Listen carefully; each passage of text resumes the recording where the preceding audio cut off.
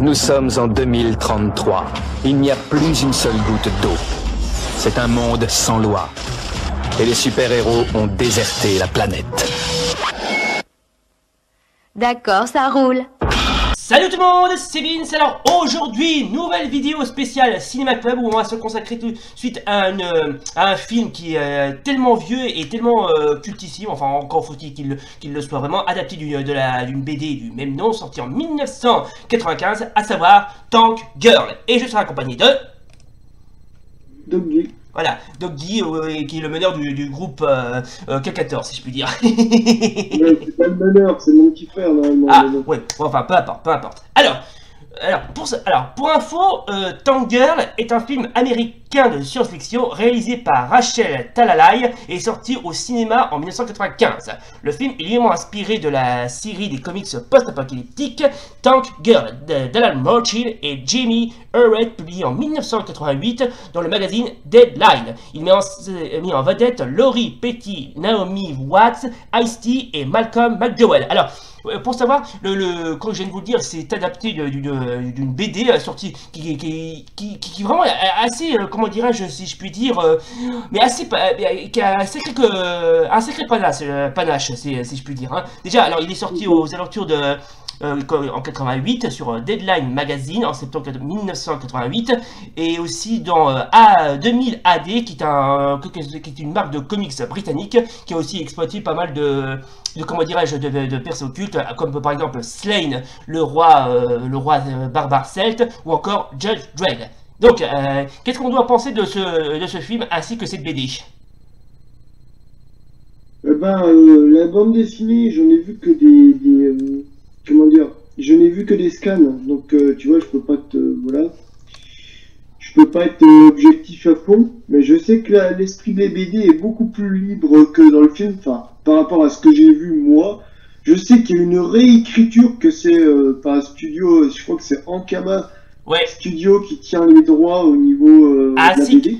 Ainsi que Dark Horse, Vertigo, IDW Publishing, bon ça c'est les marques de publication américaines, ainsi que Van West. C'est les anciennes marques ça. Ah oui. Bon. Ça a été racheté par Ankama je crois. Ah oui, Ankama, à qui on leur doit bien sûr Wakfu. Mais c'est sûr, ça a dû être racheté par Ankama. Oui. Mais vérifier. Hein.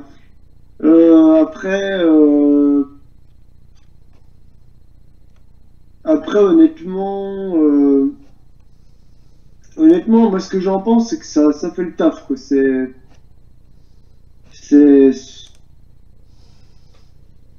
un bon comics. Oui. Ça fait son taf au niveau du format papier. J'ai pas tout lu, hein, parce que bon, je suis pas, voilà.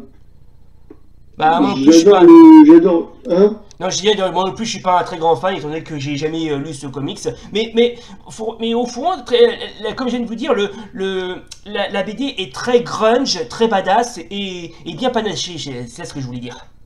Ouais, et puis il y a beaucoup de... Enfin, je sais plus, mais on voit la sexualité est très très libre. Ouais, il y a aussi ça aussi. Voilà, c'est vraiment...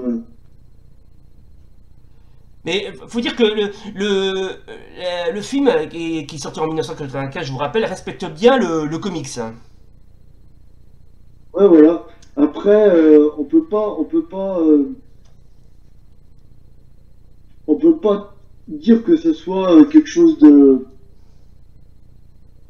de si déroutant, mis à part que ouais, ça pour le film, je trouve que le film a bien vieilli, tu vois. Ouais, oui, ça va, c'est bien vieilli, c'est vrai. Il y en a qui vont dire que ouais, la qualité, machin, ça a mal vieilli. Mais moi, je trouve que l'esprit du fait que c'est post-apocalyptique, voire même pendant une période apocalyptique, puisque vraiment, moi je dirais même dire, c'est pendant une période apocalyptique, même, limite, ça frôle la fin d'une période et la mi-fin, parce que tu vois quand même que c'est une corporation qui dirige le monde, qu'il n'y a plus d'eau, ok, mais il n'y a plus qu'eux qui ont l'eau, qui trouvent de l'eau quand ils plantent une bouteille dans le dos de la personne, c'est une machine qui récolte l'eau du cadavre pour transformer la chair en eau, qui récupère l'eau qui est dans le corps humain pour boire. voilà quoi, c'est, tu vois, les idées qui sont par rapport aux comics, moi je trouve qu'elles sont pour une fois assez bien adaptées, pour l'époque où ça a été tourné du moins. Mais avec nous, notre vision de 2022-2021, parce que bon, quand on a eu l'idée de tourner cette vidéo, par rapport à ce que moi j'avais écrit, c'était en 2022 sur mon texte que j'ai sur l'ordi. Donc, de 2021, pardon, pas 2022, parce que là on est en 2022. Ouais. Et ben moi je trouve que le film a pas. Enfin, il a quand même vieilli, ça se voit par rapport à la technique de caméra. Oui, mais j'avoue. c'est ça qui rend le film un peu plus trash, parce que du fait que ça a vieilli, que la luminosité des scènes sont tournées avec une technique de luminosité pour montrer que c'est le futur apocalyptique, crado, tout ce que tu veux. C'est même, il y a beaucoup plus de scènes de nuit que de jour en plus dans le film. Et ben on voit clairement que ça rend encore plus, du fait que c'est vieilli, enfin, pas forcément mal vieilli, mais que ce film est vieilli dans le contexte, et ben que c'est un vieux film, et ben ça donne encore plus le son kitsch, enfin, la touche kitsch à regarder le film et à se dire ça prend plein d'aspects du futur, mais comme ça a été tourné, ça montre bien un futur encore plus apocalyptique, moins de couleurs, mis à part quelques scènes dans les maisons, enfin quand ils sont dans les maisons des héros et des rebelles kangourous, parce qu'il y a des kangourous. Ouais, il y a ça aussi. Et ben il y a à peu près de la couleur avec la végétation et tout. Le reste, il n'y a pas de couleur du tout, quoi. C'est sombre, c'est facile, il y a de la couleur, mais c'est de la couleur. Tu vas dans le complexe des gars, c'est dans le complexe militaro-industriel de la corporation Water and Power. C'est froid, c'est une couleur froide, c'est du gris partout. Le peu de bleu, c'est un peu l'eau transparente dans les. Mais c'est une image, je trouve que ça représente bien le comics, quoi. Oui. Voilà, quoi, c'est vraiment sombre, voilà, c'est pas... à côté de ça, il y a des Batman en film qui peuvent se rhabiller, c'est pas assez sombre, Batman. Ouais, c'est vrai. D'ailleurs, comment dirais-je, le film, mais aussi la BD a un côté mais très Harley Quinn, je sais pas pourquoi, surtout au niveau de l'héroïne. Je ne sais pas si c'est vraiment ce qu'on peut appeler mais l'ancêtre d'Harley Quinn, mais franchement le film pour moi est assez jazzé, qui respecte bien la BD. Bon d'accord, c'était peut-être pas aussi le film le plus parfait au monde et la meilleure adaptation au monde, mais pour moi c'est... Le film, ça va, est très convaincant, il est bien, il est assez potable sur les bords. Mais bon, encore faut-il être un véritable fan hardcore de la BD, hein, un type du film, évidemment. Après, il y a beaucoup de gens qui ont pleuré en ayant lu la BD, qui ont dit que c'était trop mal foutu.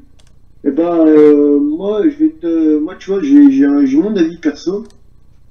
Je vais dire que bon, le film, ayant pas trop vu le comics, enfin la BD, ne l'ayant pas trop lu, mais ayant lu des scans, parce que bon, je crois que j'ai lu qu'un seul, je crois que j'en ai lu qu'un seul. Je sais plus lequel, enfin bref, j'en ai lu un à moitié, puisque avec les scans, on trouve pas tout sur internet des fois. Et j'ai pas trop creusé non plus.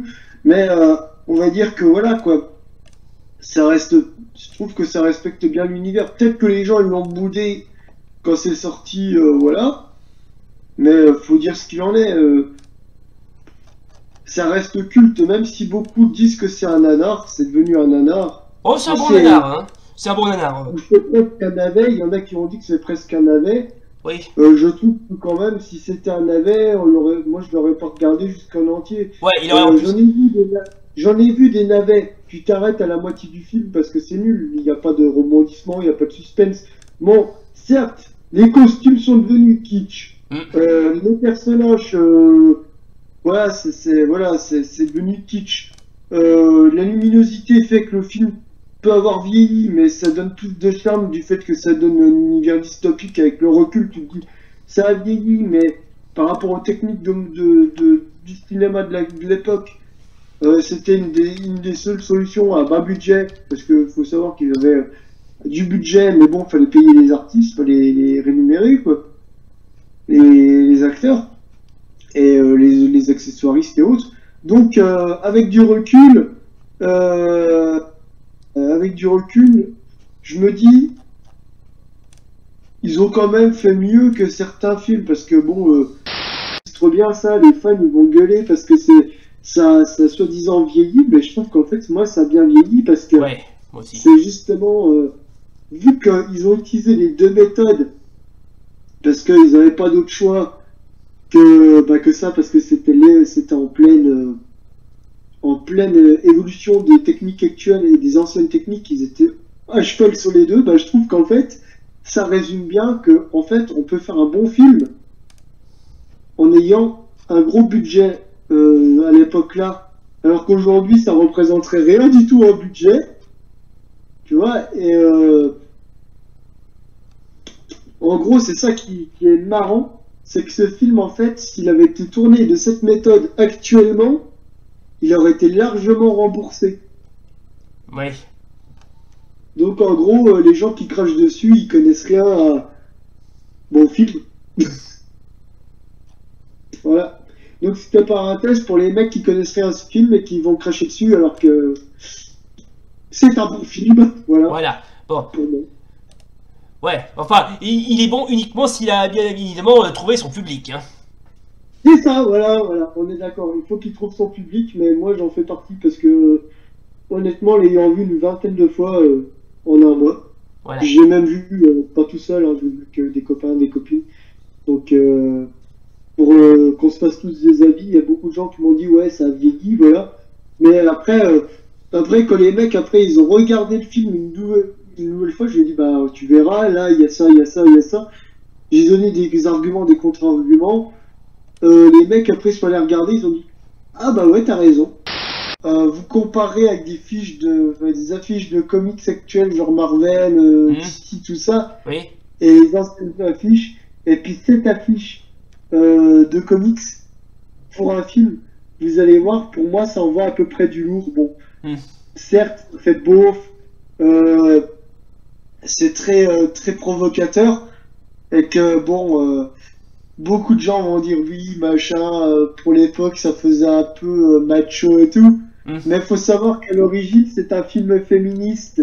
Ah. Donc je vois pas où est le machisme dans l'affiche. Bah non, Donc aujourd'hui on fait des super affiches super belles du film avec une photo du film promotion, et à l'époque on prend une affiche à peu près comique. Donc quelque part, je pense que l'affiche du film était bien mieux. Ouais, je pense aussi. Voilà. Pas tout, voilà, tu peux dire le reste. Je Voilà. pense que Voilà, merci. Voilà, merci. Préciser aussi, voilà quoi. Voilà, c'est bien. Bon, merci, ce sera le mot de la fin. Donc, si cette vidéo et ces critiques vous a plu, si comme d'hab, n'oubliez pas le pouce bleu et l'abonnement. Et d'ici là, salut!